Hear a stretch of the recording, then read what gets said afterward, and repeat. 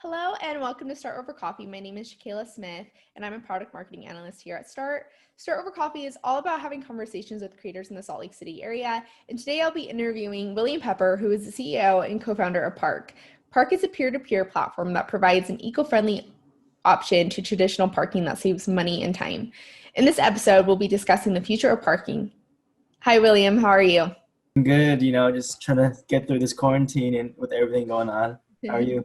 Good. I feel the same. I feel like in person things are so much better. So it's adapting to just being online. But also I don't know. I feel like now things are back, like going back open. I'm scared that we're gonna close again. Yeah, And then anyway, I'm just hoping for the best at this yeah. point. Yeah. Honestly, same. Regardless of I think your standpoint on coronavirus, it exists and it's here, and Mhm. I guess like wear a mask, be Right. responsible. But yeah, for this episode I really want to talk about Parq and the future of parking, your thoughts on parking, kind of the issue revolving around parking. And I would love for you to speak a little bit about how Parq started and giving everybody listening an intro on Parq. Okay, yeah, cool. Yeah. Um, I think obviously now with Corona and a lot of people are like not leaving their houses, it is a little bit on pause, right? But Yeah. as things start going up again and events start starting up because people want to go out, but as soon as that starts up again, parking is going to be like a really big problem again, a really big pain. So that's where we're hoping to come in. But essentially, Parq is the Airbnb of parking, and it empowers home and business owners, allowing them to rent out any unused parking spots to the public. Cool. Cool. How did you start Parq? What's the story behind it? What made you like so passionate about solving this issue of parking? Yeah. So, well, actually, my story is very similar to like most students. I feel like Yeah. going to college, parking is so expensive, and especially I think I was talking to you before, but like people were like complaining that like they pay for this parking permit, but they're not guaranteed a parking spot, which Yes. literally doesn't make sense, right? So I was like, why am I paying $300 to $400 for this parking permit and I can't park anywhere? And I noticed like all of these houses and all of these stores right next to campus with a bunch of open spots, and I was like, I'd rather just pay them, so I can park there instead of buying this parking permit. And then I started working with my friend who owns this 7-Eleven gas station, which is like a 5-minute walk to campus. And then I was parking there, and I started working. I was, hey, can I just pay you to park here, right? That's so And smart. yeah, it was like just so much more convenient. Where I was Yeah. like, somebody should make an app. Someone should do this for And then that's when kind of Parq was born. And I just had this idea. I knew nothing about startups. I knew nothing about creating a company or making an app. Totally. It was just an idea I had, and just kind of gotta work hard and make it into like a reality, I guess. I love that. No, I think every startup business or whatever comes from an idea or a frustration. And so I love that you actually acted on that frustration, because parking for me, when I went to the university, was awful too. And I just didn't know what to do about it. Like I didn't have a solution. So I'm happy that you're finding a solution. And do you think it's a problem just at the university, or do you feel like this issue happens in just everywhere? Do you think that this could scale to be an app that's used for big events? And what are your thoughts on scaling with Parq? Yeah, so initially the biggest pain point for me was school, but I've soon to come find out not only is it at like my school, but first off it's at every single college across the country, but also any kind of event, parking is a pain. I was talking to people and just going to like a jazz game or just any kind of Mhm. big event, parking is a real pain, right? And then even in like the more denser cities, parking every day, just going to work, or if you're going out at night or something, parking can be a pain too. So I feel like park can be used really anywhere with like dense population and like people want to go places. So parking is going to be a pain there too, I think. Cool. Cool. How large is your team currently right now with Parq? Yeah, so we scaled up. We don't have a lot of people right now. It's just like 5 or 6 people right now. That's Um, good. No, that's great. yeah, yeah. So it's myself, my partner Juno, who's our main programmer, and Yeah. this guy named Chris Sherman. He's our operations guy. He's helped us get meetings and meet new people. And then we had Awesome. these 2 new students that just joined us. They go to the U2, and they're going to be helping us on the design side of things, helping us draw stuff and come up Cool. with social media stuff. How have you grown to your size of the team? Like that's really good to have 5 or 6 people for an app that's so, young. I think that's amazing. That's great. How'd you grow your team, and what were you looking for as far as characteristics on growing a team? Mm-hmm. Because a lot of startups struggle with that. Right. I Mhm. think for me, I'm always down to meet people, right? So like Yeah. wherever I go, and we met through mutual friends. So I'm always going to events and meeting new people and always keep an open mind, right? Cool. And then it's just like random places. So like Chris, we were just posting on Instagram and he just DM'd me on Instagram randomly. And I was like, all right, well, let's just give him a shot. We'll talk to him. And then now we're working together now. And then the two designers we have now, I actually got the chance to give a lecture in this class. Oh, Yeah, for entrepreneurship. And then after they just came up to me and they wanted to help out, so we brought them on too. So it's just ooh. like I feel like there's opportunities everywhere, and then you just be open minded. Totally. I think networking openly is so important and not being closed off. Hmm. Especially about your idea, because some entrepreneurs like hold their idea so tightly that they don't share it with others and they're not open with others, but I think networking is key. I totally agree with that. Where else have you networked besides the U? Like have you used LinkedIn? Yeah, LinkedIn. I've Yeah, LinkedIn is actually pretty cool. They have people that like pop up, and then you just connect with them, and then you just end up totally. talking. Yeah, I mean, most of the time, I feel like it doesn't really lead to anything, but like 1 out of 10 people, you never know. So the you, and then I have a lot of friends that are also like founders of their own company, Cool. and just hanging out with them and just meeting new people. Yeah, like random places. Cool. Love that. Um, During COVID-19, did you struggle with that a lot? Because I know I struggled with that. And online, just like moving networking to online, it was really difficult. What ways did you, I guess, make connections online? Did you guys just stop completely or and focused on the app? What was your strategy there? I think so. Yeah, it's interesting, right? Because like COVID, it was like, oh, because we were in this competition. We were in the Utah Entrepreneur Challenge. We were like top 10, and then we made this video, and we were so hyped for that, and then that got canceled completely. And then like a lot of stuff got canceled basically, and then Yeah, which sucked. And a lot of the events got canceled, so we had all these things planned out for this fall semester, and they got totally. postponed. But we actually it's kind of like a good thing too because we have a lot more time to work on our product to make sure the app is like really really good by the time spring comes and events start popping up again. Yeah. So we kind of shifted goals where like let's just make sure the app is perfect and ready to go by the time fall comes.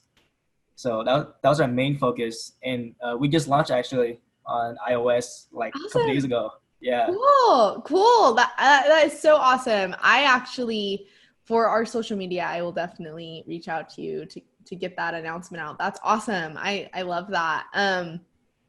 What are some other struggles that you had?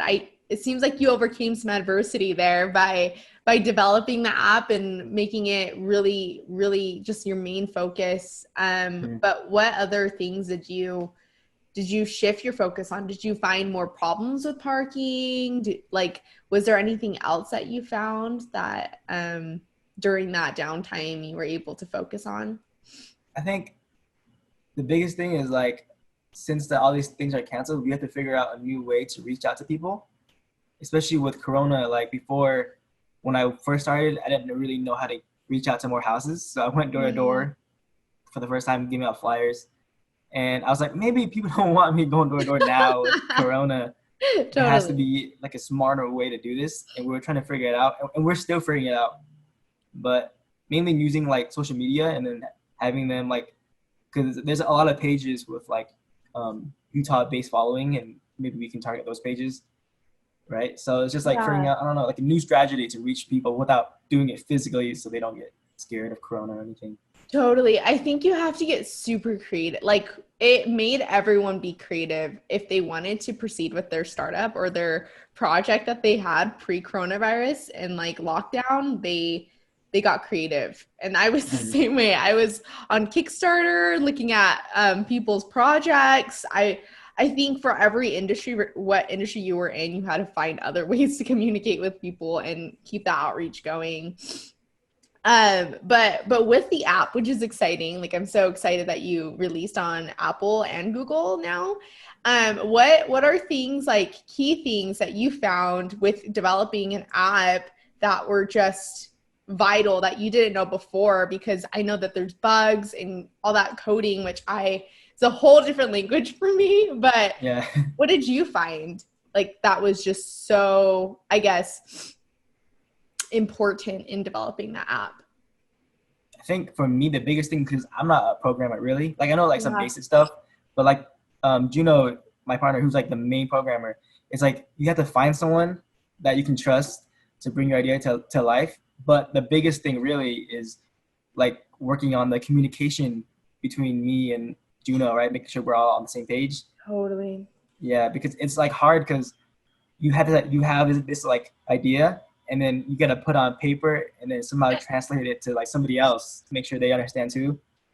And I would say the second thing is like once it's out, that's just like a some like 10% of like the work, Yeah. testing it. And I feel like for me and him, since we basically had this idea, for like a long time, we've been working on it. We know how like the app works, right? Versus Yeah. like someone else new coming in, they don't know what this button does. They don't know what they're supposed to do. So creating it, making it easy for like people to use was kind of hard too. Huh. Interesting. With like apps and development, I know Juno, you said, is like really good at it. But what kind of research did you find for parking and in apps out there that already exist? Hmm. Like, did you find any other apps that are trying to do the same thing or something similar? Yeah. So there's a couple apps that are trying to do the same thing, and Okay. it's kind of like a race right now because it's like, well, because like it's been tried before, but Yeah. maybe they just did it wrong, or they gave up too early or something, where this app has like one of our similar apps, it's just been sitting there for years. They haven't really done anything, which is like Hmm. weird, right? And we're trying to figure out like what did they do wrong and what can we improve on. um, Interesting. and I think on top of that is like looking at bigger apps, just like Uber, Airbnb, seeing how they structure their app. Because I mean, obviously, I think Airbnb has figured it out, you know. Yeah. So it's like, oh, they have this feature, it's doing really well. Maybe we should put that on our app, or Uber, you know what I mean? Like just taking similar things and putting it together for us. Yeah. So do you think with duplicating those kind of or getting idea creations from those designs, did you see that there was maybe potentially more problems that you could help solve with Park? I know that you bring kind of the users and the community together by letting the community monetize a little bit on these parking spots. But were there other features that you've included now? Has it changed and evolved a little bit? Yeah, so we have a lot of ideas, but Yeah. for this first phase is just the parking app, Okay. helping people monetize their spots, really.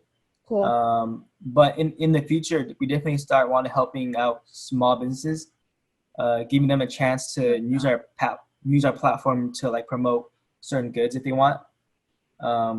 We're calling them like alert badges or something, where these businesses can, hey, park here. If you do park here, you can get a discount on a new Slurpee or something. You know what I mean? Something like Oh, that. neat. That'd be cool. Yeah. I love that. I love that. I think that initiative, it's kind of I never was is it Pokemon Go? Like Right, yeah. yeah, kind of like there's some strategy or people who want, I don't know. I've heard that Pokemon Go is addicting, but maybe because there's some like aspect of gaming to it in some sort of way. Hmm. Um, it's some sort of reward, but I love that idea. I think that's cool. Right. And then Uh, we're actually going to add that too, yeah. where it's like, so the alert badges is more for the host side. And then we want to add more gamification stuff to make it more of a community and fun side for the user side. Uh, Right. But we're still working on the kinks and still playing out some stuff. But yeah, that'd be really cool down the road to have like a game aspect from it too. that's so awesome. I like that. And with like, I know you guys are in Salt Lake right now, and this app obviously will um expand probably to other cities. How are you guys doing that marketing and um making partnerships with highly dense cities like LA or New York? Hmm. I think so. Initially, we're just starting out in Salt Lake City, just kind of testing it out and Cool. figuring out like a nice blueprint, really. But our next goal would be to go to LA and then start doing it there. And I think initially we're just kind of reaching out, and right now actually we're just calling places and planting the seeds, just getting Mm, Parq, just like Parq's name out there. And I've been fortunate enough to make pretty cool friends over there, and that will help us promote Parq once we decide to go over there. cool. But that's like probably one of our basic ideas for now. Cool. So you're just focused on Salt Lake right now and then you'll expand. Yeah. Cool. What do you think? I mean, with those higher densities, I feel like they've had this parking problem for years.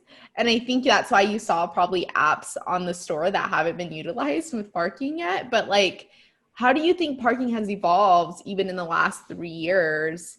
Hmm. Do you think it's more like people, because in Salt Lake I know that events really make parking a problem, but I think like you were saying LA day to day has this issue. How do you think like parking's evolving in cities that are highly dense but also cities that are just growing? Hmm. I think it kind of sucks, but I don't think parking has been evolved as much as it should be. Yeah. You know, with like everything else, cars and everything being automated, the process of parking is still relatively the same from like I don't know 20 years ago, where people just find a spot and then park. Now I see in the bigger cities they're starting to add tech to it. Like in those parking garages, they have those like green lights, and then you can see if the Oh, spot's right. open or not. Yeah, so we're starting to, and I think the next step would be similar with everything else, just automate everything, where there's no holdups, there's no interactions. You just go and park and stop, and uh, really no like people holding up the line, right? Yeah. And that's what we're hoping to achieve with Parq, is just a smooth process of like in and out, in and out. Do you think parking's getting worse? I know that you were saying there's a lot of solutions now. Like Hmm. I think, yeah, I really like it when you go into a parking garage and it has those lights where it's green if it's not occupied, red if it's occupied, because I think it helps you find spots easier.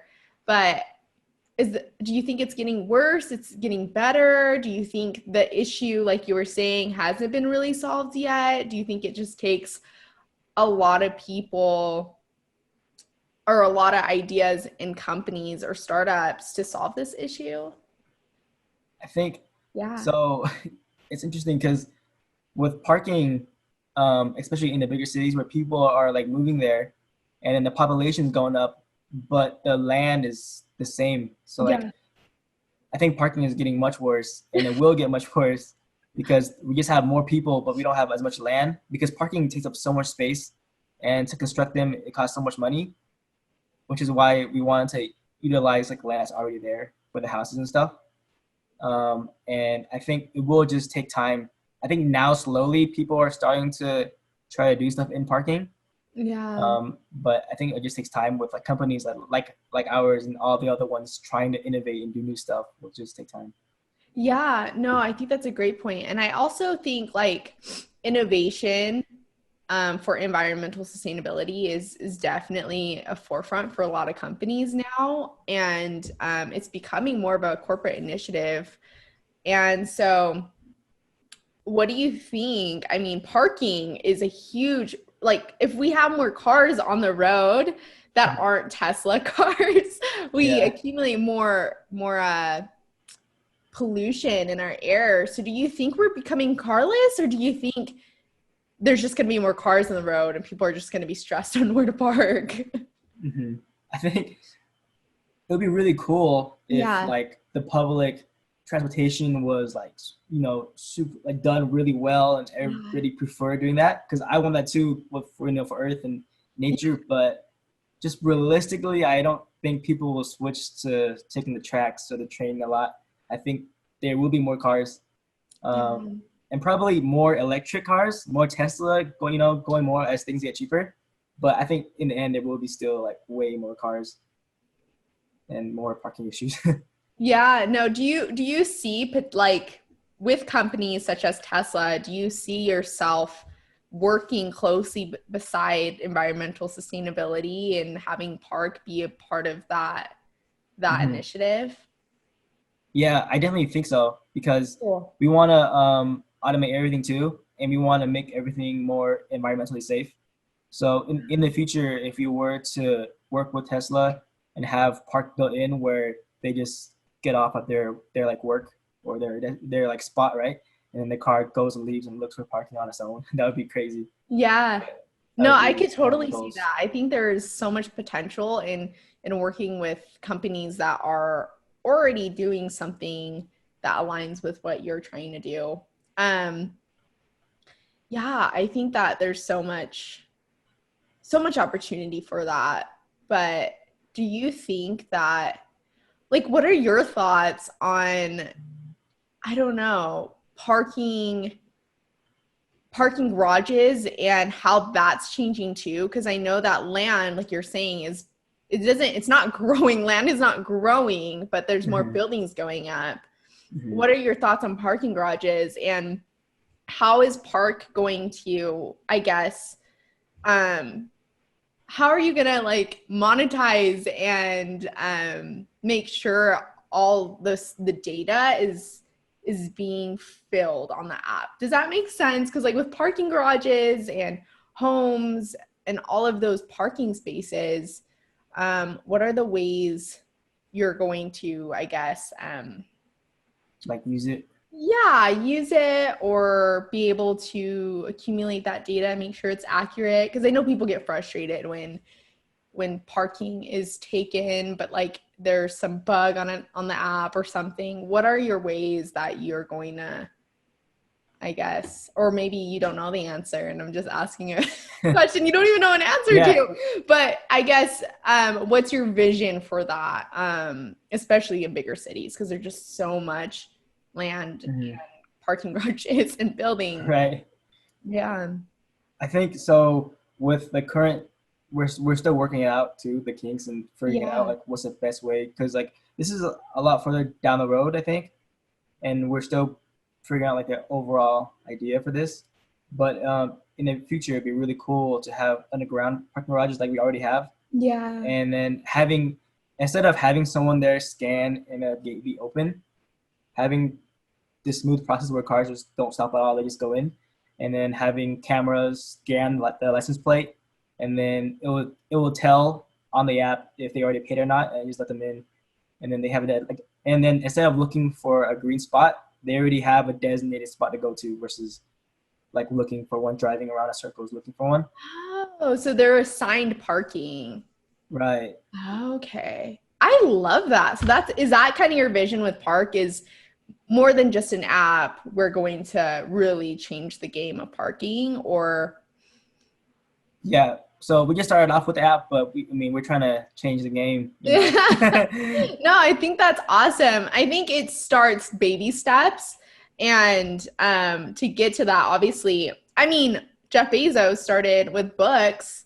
I mean, and Mhm. now he's overcoming the market with Amazon. So Amazon's doing really well right now with yeah, yeah. Corona. So you Yeah. you never know. It's baby steps. With like those baby steps and those milestones and goals that you have, what are ways, or how do you overcome adversity as an entrepreneur? I think the biggest thing is for people, for younger people, college students, really, they're scared to get started because they think that they don't have the right skills, and they might not yet, but Yeah. the biggest um, like skill anybody could have is executing, is taking and just a small idea and turning it into something. Yeah. So adversity is hard where like you have problems, you don't know if it's gonna work out or not, but just doing your own research and figuring it out and just talking to people, asking people for help. But like as long as you're doing something and you're heading in the right direction, I think it's good. Yeah. Versus like people are just scared to even get started, I think. No, I think that's a very common theme is like this fear of failing. But if you Hmm. can just keep going, even if you have hard days, I think that's really important and key. Yeah, and even then, like failing is not that big of a deal. Like people fail all the time, True. And if you see it as like you should see it, oh, I failed, but I learned so much. I've gotten so many more connections where it's not really failing. It's just you just gotta move on to the next thing and Yeah, figure it out. it's the adaption, I think. I Hmm. totally agree. Um, what else? What is new with Parq? What is things that you see with parking that will change in the future? What are your thoughts on parking in the future? I think parking is gonna be changed a lot in the next couple of years, Yeah. especially with all the cars evolving really fast now, with all the new tech and stuff. It's just a matter of time where parking will evolve too. And I don't think parking is this thing where it is like they like took down buildings to build parking lots. It just doesn't make sense. Where like you can have so much more there instead. Yeah. So just figuring it out that how to automate the process and like optimize it. Cool. Cool. Yeah, I think technology is definitely advancing way faster than a lot of us think. If we look back 2 years from now versus 3 years from now, 4 years from now, there's just this huge growth of startups in the tech industry. And um, I totally agree. I think parking will definitely become more technology savvy as we progress as a society. So anyway, I think that's it. Thank you so much for joining us on this Start Over Coffee podcast. Always love talking and catching up. So anytime. Cool. Thanks.